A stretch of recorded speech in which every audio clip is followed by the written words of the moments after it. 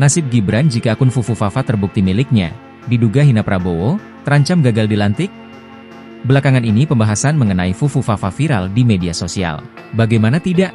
Akun Kaskus itu diduga menghina Presiden terpilih RI, Prabowo Subianto. Selain itu, Fufu Fafa juga disebut-sebut milik wakil Prabowo sekaligus putra sulung Presiden Joko Widodo, Gibran Rakabuming Raka. Kendati banyak bukti dari netizen atas polemik ini, pun pembenaran pakar telekomunikasi Rai Suryo, berbagai pihak termasuk Gibran telah membantah isu Fufu Fafa. Dilansir dari Tribun Jatim, kasus akun ini sudah menjadi viral di medsos karena akun itu disebut-sebut milik Gibran tetapi dibiarkan menjadi bola liar oleh Polri, tanpa ada langkah penindakan dari segi Kamtibmas dan penegakan hukum karena aspek tindak pidana ITE.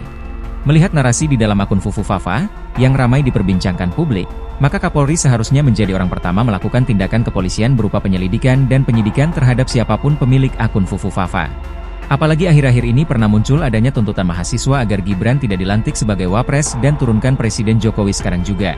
Secara konstitusi, MPR adalah pengemban fungsi representasi rakyat, ia sebagai pemegang kedaulatan rakyat.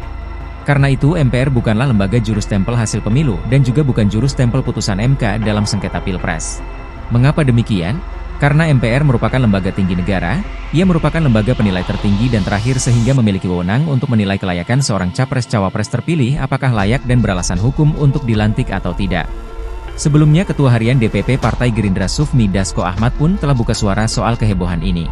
Dasko menyatakan, sejauh ini tidak ada keretakan hubungan antara Prabowo dengan Gibran maupun Presiden Jokowi. Dasko menyebut Prabowo juga tidak memusingkan soal munculnya akun Fufu Fafa yang ramai menjadi perbincangan itu.